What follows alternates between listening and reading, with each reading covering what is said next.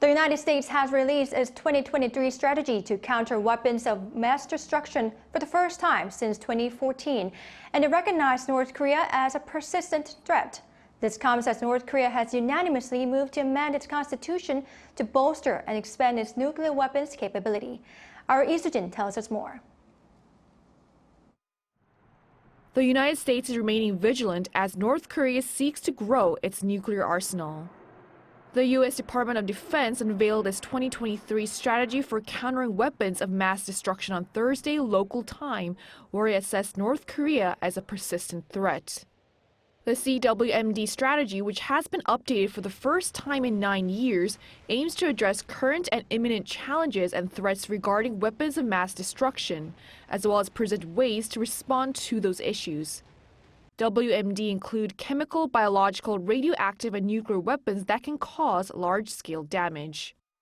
The CWMD strategy states that North Korea's capability developments allow it to use nuclear weapons at any stage of a conflict.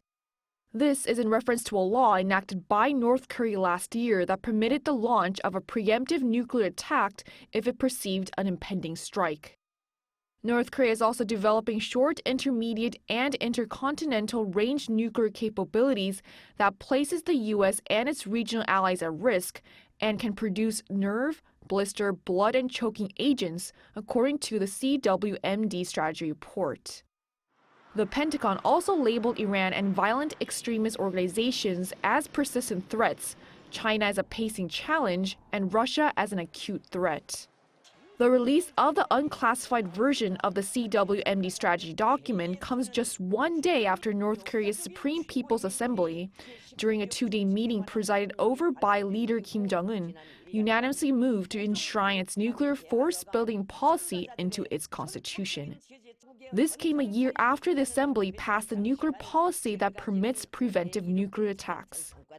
In response to North Korea amending its constitution to add the nuclear force-building policy, the spokesperson for the U.S. Department of State said in a press briefing that North Korea's WMD and ballistic missiles pose a significant threat to international peace and security. The spokesperson also said that the U.S. will work closely with South Korea and Japan to curb North Korea's growing nuclear threats. Lee Soo-jin, Arirang News.